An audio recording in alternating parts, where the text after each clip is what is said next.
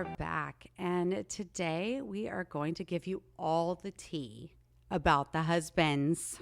Oh, darling, let's pour the tea and get some crumpets. We're about to start some conversations. Yes, we are going to explain how we met them, how we know them, before our marriage, our weddings, all the things. So it's going to be interesting. Fasten your seatbelts. It's going to be a bumpy ride. Yeah, there's going to be a whole lot of judgment from this one. So with that being said, here's the tea for me because, I'm going to get my ass handed to me, I'm sure. Although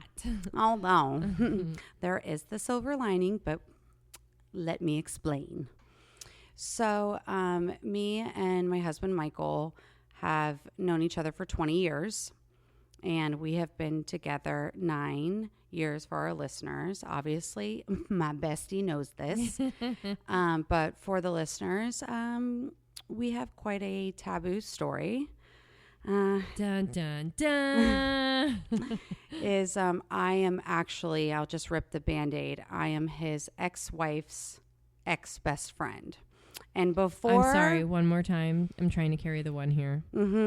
My husband's ex-wife is my ex-best friend. So, I am not the reason that they divorced in any capacity whatsoever. However, there's still the taboo of it. So, let me get into it. Him and his ex-wife moved here from Ohio many moons ago. And her and I worked at a spa together, and that's how we met. And she's lovely. And we had a long friendship. And when I first met Mike with her, he did not like me. He didn't like you? Hated me. So, I don't know why you're acting like you don't know this. I know. No, I'm just, again, just trying to keep the intriguing, but I can't wait to cover that on an episode with Mike at some point. God help me. But yes, so he did not like me. At that time, I was young and wild and working downtown and was a party girl and thriving and living my best life. Not the healthiest life, but I had a blast. Living the vida loca. Yeah. I'm a slave all the way down the bar. Yep, absolutely. So, when we met and her and I working at the spa, I was, still in downtown and in that realm. And he just wasn't about my life and my lifestyle and my exposure to her and what I was showing her and being around all of it. And he and her would come out and meet me and everything like that. But it just was, I wasn't, my best self. And in all fairness, and because I'm an open book, there was a lot of drugs and alcohol in that space and time in my life. And, you live and you learn. But not a great reflection of somebody that that he wanted his wife at the time to be friends with. So... we had a lot of issues and we fought a lot. Like all three of you, or me and Mike? You and Mike while you were best friends with her. Yeah. Okay. So, yes, we definitely would go at each other. Like, it's funny because that we've been together for 9 years now is like we kind of like worked through a lot of that the first year we were married. Was like all of that back shit became the new shit, but shit that had to be discussed and worked out. So, well, yeah. So, but like for our listeners though, so like you've known Mike for 20 years. Right. So again, you've been married for 9. So before those 9 years, how did we grow from that point? How did we go from him hating you? Yeah. To that I'm married to him? Have two beautiful children. Yeah. And, and Tyler, the stepchild, together in your little frat house. I know, it's fucking crazy. Our story is super taboo for all the reasons that it is. There's huge pieces missing. Tell us. We want to know. So yes. So obviously, like, I met him because I worked with Jamie, like I said, and we worked at the spa. We hung out a lot. He didn't like my like crazy you. antics. We fought a lot. And then they got married. They were like together, but they hadn't gotten married yet. I was actually the maid of honor in their wedding. And she was a maid of honor in my first wedding. Just doing what our listeners were doing. Yeah, little gasp. Yeah. Yep. She's maid of honor in my first wedding. So, the first two didn't work out. Me and Mike got it right the second time. Moving on. It's all well, all good and fine. So we didn't get along because, I was like 18, 19. And then when I got pregnant with Tyler, it was like he watched me morph and take my life seriously. You know what I mean? Like, to have a child at such a young age and being pregnant at 22, I just really turned a page. Yeah. And we had a very intense conversation that both of us remember damn near word for word of this like level of appreciation of like, he thought I was one way, but then seeing that like there was more to me than that. And then it just kind of like took a different shape, and then we could be friends. Okay. So we had many years of us getting along, and with my ex-husband and him being with his ex-wife, as we traveled together, the four of us, all the time. So it grew to a point where actually me and Mike were rebellious, and we would get in trouble by our ex-husband and ex-wife because we would be sneaking off to go take another shot or doing something to be silly or fun, and we got in trouble all the time. So you want to talk about some crazy pivot, is that he didn't like the rebel in me, but once we could be rebellious together, he and I were thick as thieves. So it's a very interesting that evolved, but me and Michael have discussed that so many times, and it really was that, Yeah. So with that being said, it was that, there started to be some disconnect with, like me and my ex-husband, and then ended up that all of the things that anybody would say, but respectfully, I leave it at that. But we worked stuff out. We ended up getting married. His ex-wife was the maid of honor in my wedding. And I got to have my dad there to walk me down the aisle. So, wish it would have been for the second one, but I'm still appreciative and glad and love, Chris and his family. So no disrespect, but however, I wish my dad would have been there for me and Mike. Yeah. So it literally was like, there was like a shift of me and Mike really becoming really good friends. So it was that we would go and meet for lunch and hang out and talk and everything like that. And I just know that people are going to be like, oh my God, you are cheating. No, I like need to burst everyone's bubble is that they were together for many years. And for, I think, 15 between dating and being married. And inevitably, they decided to part ways and moved back up to Ohio, where they're from. And she was going to school. And I continued to see Mike because his job flew him back and forth every month. Oh, okay. So I got to be around him. That's why Tyler's always grown up with Mike and everything like that. And it just inevitably kind of didn't work out for them. She wanted them to separate. I continued to stay in contact and all of that. And then once I got back, I got divorced from my first husband and then got back into the relationship with Tyler's dad. And inevitably, it just didn't work out. And during that time, Mike had gotten divorced and he, was single, and we would talk a lot and really like lean on each other for different things. And what I had going on with Tyler's dad and mine imploded, and that brought he and I to live together. And, I reached out to Jamie W, to tell her that I had feelings for him, because it's one of those things that I did not expect to ever feel. Yeah. From the reality of we hated each other, then we grew to respect each other, and then we became best friends. And then as both of our relationships imploded. It just kind of fell into like where you start to look at your best friend and realize you have feelings for them. Yeah. It was really surreal. Yeah. Like I never looked at him. I never looked at Mike like that when he was with Jamie. I never even put that into my realm of thinking. However, it did happen, and the taboo part is as what it is my husband. I am his ex-wife's ex-best friend. So to pull it all back to that is, I'm not the reason that they separated.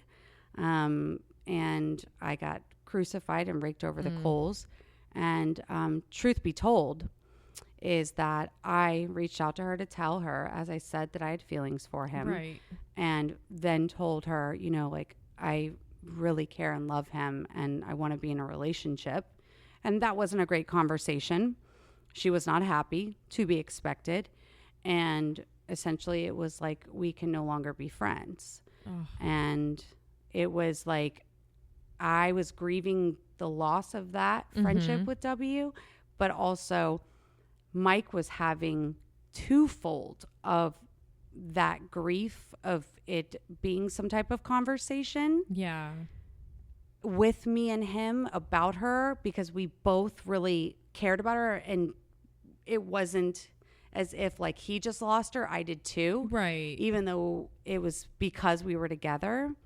So it's like a really weird, it's a really bizarre thing that doesn't have this negative connotation what you see in the movies. Like there was no cheating, there was no lying. It wasn't as if I wasn't communicating that with her. It just became what it is. Yeah. So the beauty of all of that is that, over time, once me and Mike got pregnant with Trenton, I sent her a picture when I was like 6 months pregnant, and she was really happy for Mike because he always wanted kids, and they were together for 15 years, but they didn't have any. So she was happy for him. And then there was no more context of conversation between any of us, for many years. And sadly, her father passed away, and Mike was really close to him even after they separated.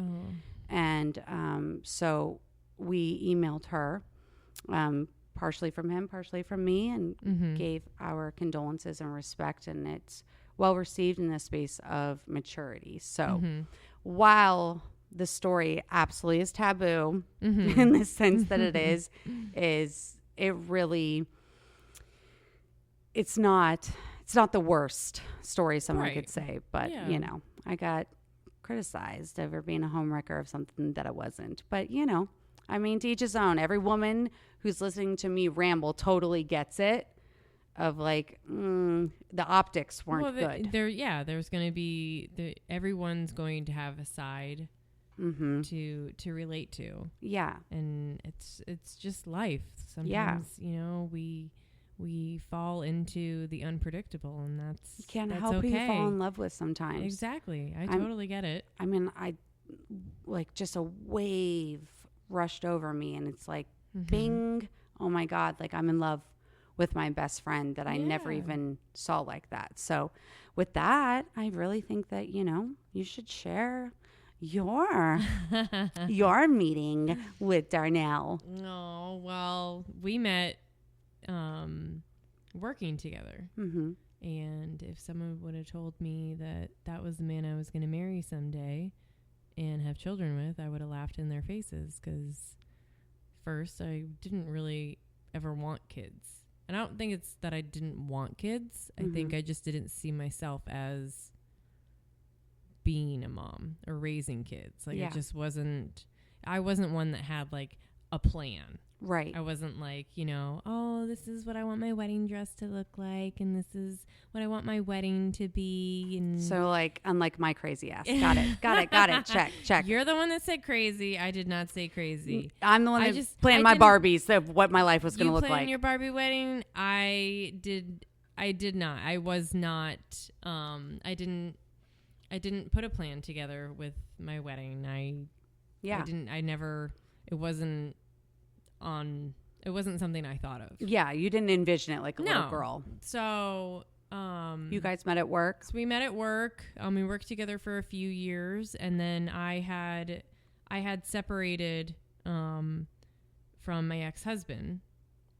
We separated, and I, was just diving myself into work. I was working event after event, and just, trying to grow with work. And I think with him working there and just, having, you're spending 12 to 14 days with someone. Yeah. On work alone, like you're going to start venting and the hotel business is intense. Yeah. You guys work a lot of hours. Yeah. So it just, it got to talking, and then it got into, like going out and just being able to talk to each other and to vent to each other and really, just talk through feelings.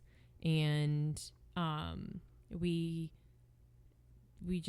really connected in that aspect of it, which was surprising for me, because again, like if someone had told me that this is who I was going to end up with, no, that's not who and I was still trying to, finalize my divorce. Right. And so we, got that, like I got that sorted, and then we just kind of, we continued to date. We had to be really quiet about it at work, because I'm not one. I always was like, I don't want to date anyone that I work with, because there's a lot of drama that can come in with that. What is that saying? You don't shit where you eat?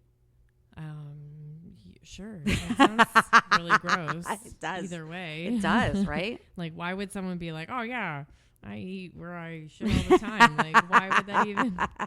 Because I feel like people are lazy of opportunity anyway. I don't get it. No. I think we need to have a whole episode where we dive into, like, all the sayings and like 6 eggs, half dozen of the other. I don't get it. Oh, I never get it. I never get it. Digress. Anyways. That you guys worked a lot of hours and spent a lot of time together. We spent a lot of time together. Obviously, it happened. Like, we connected, and we're like, this is more than just, something. And here we are. And then found out we were going to be expecting, and we welcomed her into the world. And then life, continued to throw us curveballs with Dee's diagnosis of congestive heart failure. Yeah. That was tough. Yeah. I think that puts it lightly, but yes. You go on. Trying to deal with that while also dealing with a newborn. Yeah. And when you're sitting there in a doctor's office and they're telling you, they're trying to familiarize you with the medical scenario that you've seen in Grey's Anatomy. Yeah. And talking about the LVAD pump, and like, this isn't real. Like, this is, no, he's going to be fine. Like, he's just got a cold. Like, back off. Like, this is so unnecessary. Yes. And to then, having to get the LVAD put in, and, we trying to be there for, for the love of your life while trying to raise this little, this little baby. And you've got, we were very fortunate. We had a great support system. Yeah. Where I worked was amazing, with the flexibility of, needing to be home when I needed to be for the baby, but then needing when I needed to be in the hospital as well to be with him. So, and we were very, very fortunate. We only waited, technically we waited 2 months, but we were active. We were on the transplant list for 1 month inactive because he had the LVAD pump surgery. Okay. And so while we were on the transplant list, we'd always been ones where we didn't want to get married. We didn't want to just get married because we were having a kid together. Right. I feel like sometimes people fall into that. And for us, it was, let's welcome her to the world. Yeah. We'll see where we go as this progresses. Right. And when you're hit with the reality of the quickness of someone potentially coming out of your life, like, that's just a slap in the face as far as put everything else aside. Like, absolutely. Create the moments, be in the moment, and enjoy it while it's here. And I thought he was falling out of his hospital bed one evening, and he got down on one knee and he asked me to marry him in the hospital. So sweet. I just remember being told, and I was like, oh, I'm so excited. I was so excited. Yeah, I mean, it was really, really It sweet. But you're like, wait, are was. you dying? Oh, no, you're Right oh. now, I'm like, oh my God, are you Thank fine? God. Like, he was leaning on the IV pump, and I'm like, oh my gosh. Yeah. That's so sweet, but also panicking. Right? You're good? Oh, you're good. Yes, so that led to the shock of it. And then the medical staff started hearing about it, and the chaplain got a hold of it, and they were like, how about let's do it here? And because we didn't know his future, we didn't know how much time we really had together, or what was going to be thrown our way, and we didn't want to wait anymore. And the irony of it is he actually ended up getting discharged, and he got discharged the day before we were scheduled to have the ceremony in the hospital. Oh my so gosh. On his first day after sleeping in his own bed, the first morning, we were driving back to the hospital to get married. Aww. And like the transplant team had like they got bouquet of flowers for us. They made a cake. Oh yeah, I remember. His surgeon from the LVAD was one who gave us a toast. Like they had sparkling cider for it. Like it really was it was absolutely amazing. And what an amazing like staff. What hospital was that at? So it was at Advent Health on Rollins in Orlando, and the Transplant Institute there. Oh my gosh. Like, major kudos to them. Absolutely. Like we were grateful enough too, where they'd reached out to us about sharing our story and doing a thank you video for the staff. So that got to be shared with them during their town hall as well. Yeah. That video is incredible. Stories. They did such a good job really of telling his story, and you and Molly and all of it, having everyone involved. And because I will say, I mean, they were so great with Max too. I mean, he was only three or four when or no, I'm sorry, he was older than that. He was 6 when Dee was going through the transplant. And they were very involved in making sure that when, if and when we brought Max up to the hospital to see him, like having someone there that's trained to be able to talk to him about it versus, obviously us there, like we can talk to him about it, but there's so much emotion that we bring into it. Right. Yeah. Versus someone who's professionally trained. So, absolutely. Highly, appreciate the support that they gave on all aspects of what we were going through. And it's amazing. They helped, make our special day. It's funny, I mean, obviously with, given my job working with weddings and events, I couldn't imagine a better wedding ceremony than one being in the hospital chapel. It really was so sweet. I just remember seeing the pictures and it just being like, what an amazing like experience, but also just like the commitment and dedication that was in that moment, and that you've continued to be and been in such an amazing wife and support system and caregiver to all the things that Darnell raves about you. So this isn't just me saying it for the listeners. Her husband says this as well. He does.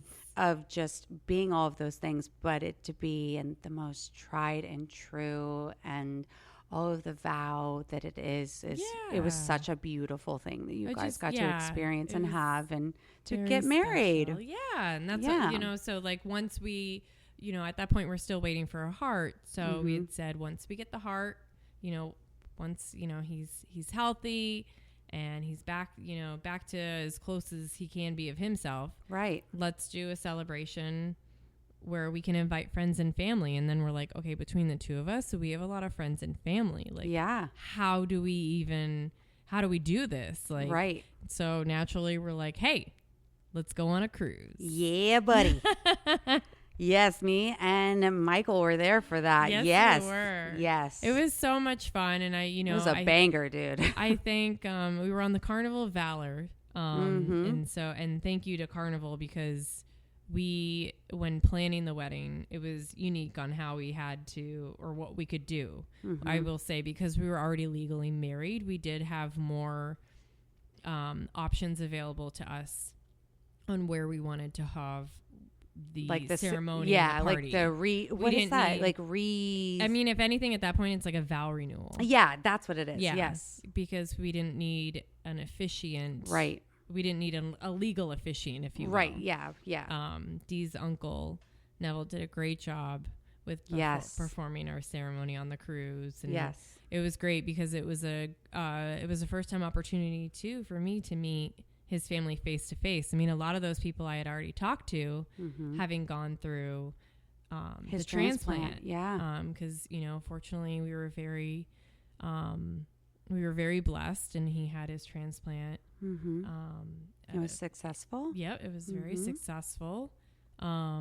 And so once we had the transplant and he was home and recovering, one of the first things he wanted to do was start planning a party, if you will. Yes. So, and we did. We planned an epic party, and it's one of my favorite memories, only because it literally got to be a party. Yeah. Like, I got a dress and I put it on, and we, my dad walked me down the aisle, and I married the love of my life again. Right? Who gets to say that? You got to marry him twice. I did, which is funny because whenever he and I disagree on anything, and I'm like, oh my gosh, you're so tough to deal with, and I'm like, but I said I do twice. I have no one to blame but myself. Oh, that's like such an epic flex.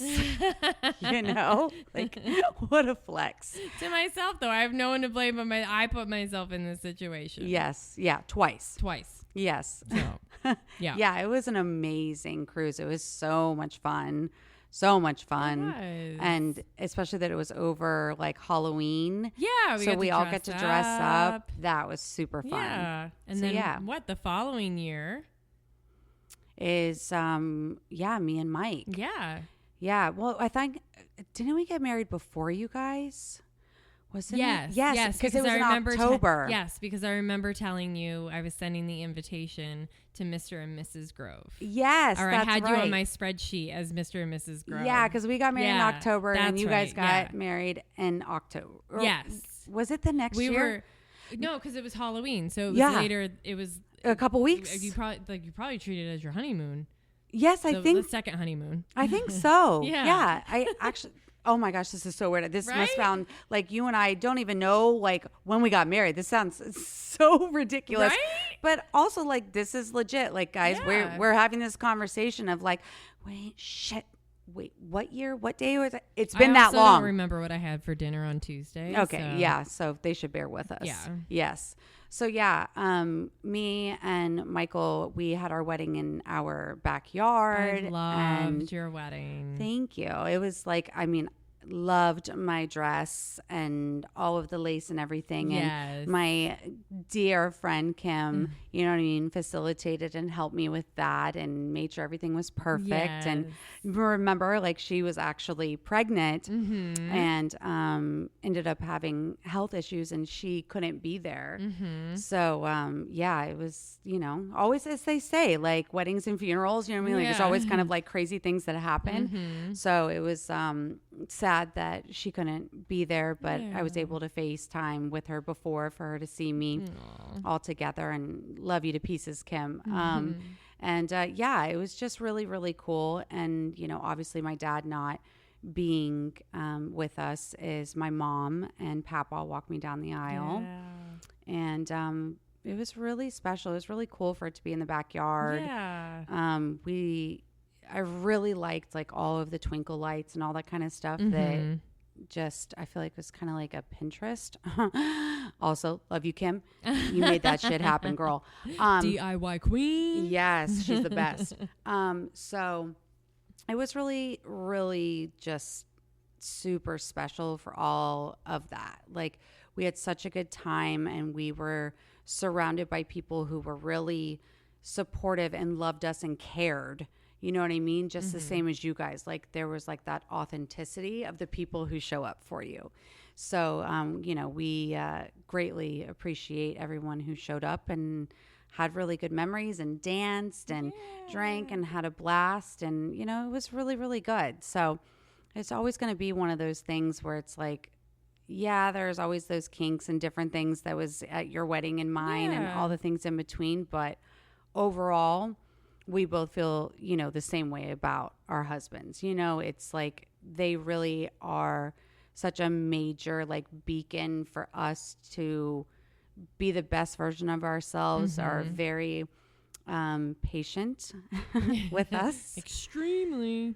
And I just, couldn't imagine not being with him. It's just kind of like surreal. Like if I could tell my younger self something, it would just be like, it's not going to be an easy road, but hang in there. He's worth it. And you know what I mean? Or like Eminem of being like, but I do know one thing, bitches, they come, they go. Saturday through Sunday, Monday through Sunday. So yeah, like he was worth all the days. Yeah. So yeah, I mean, I really, really greatly and deeply appreciate my husband for all the things. Yeah, he's annoying. Yeah, nobody needs to panic. Yes, of course we think our husbands are annoying, but that'll be for some other episode. You guys will all be highly entertained. Right. But, even with that is like, what would you say is like if you could have told your younger self before you got married to D? Oh, be patient. Yeah. Honestly, be patient, be flexible. Yeah. It doesn't always have to go a certain way. Right? Yeah. And I think just because like that going into my relationship with D, I feel like that just would have been more helpful for a lot of less disagreements between him and I. I say arguments, I don't really argue. Yeah. Well, I'll just write it on your forehead. Yeah, that's fine. Patience. Patience. Well, being with all of that is we hope you, as our fellow listeners and lovers of us and all things that we ramble and talk about is this is just us. This is what it is and what it's been, and taboo or not, all is well. We are good, we are happy, and sometimes relationships always don't start in the most perfect scenario, but that doesn't mean that they can't have a good ending, which is what we have. So on that note, love you guys. Thanks for listening. Thanks for joining us, guys. Love you.